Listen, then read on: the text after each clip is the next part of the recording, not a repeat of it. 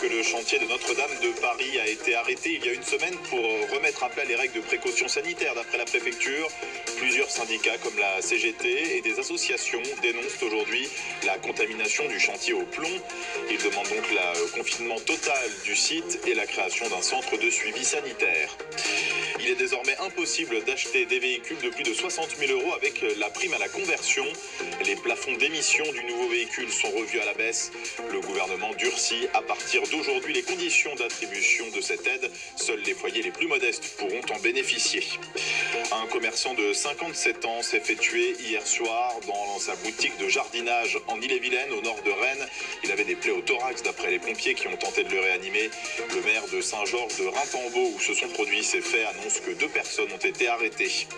Jeter un mégot de cigarette ou un emballage par la fenêtre de sa voiture, c'est un geste nocif pour l'environnement qui serait de plus en plus fréquent. D'après Vinci Autoroute, le concessionnaire publie une étude aujourd'hui. 1/3 des automobilistes interrogés concèdent jeter des déchets par la fenêtre de leur voiture.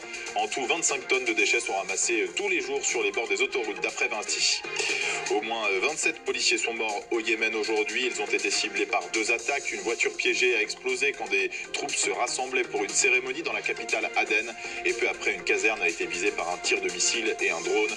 Une action revendiquée par les rebelles Houthis en guerre contre le gouvernement soutenu par l'Arabie Saoudite. France Info.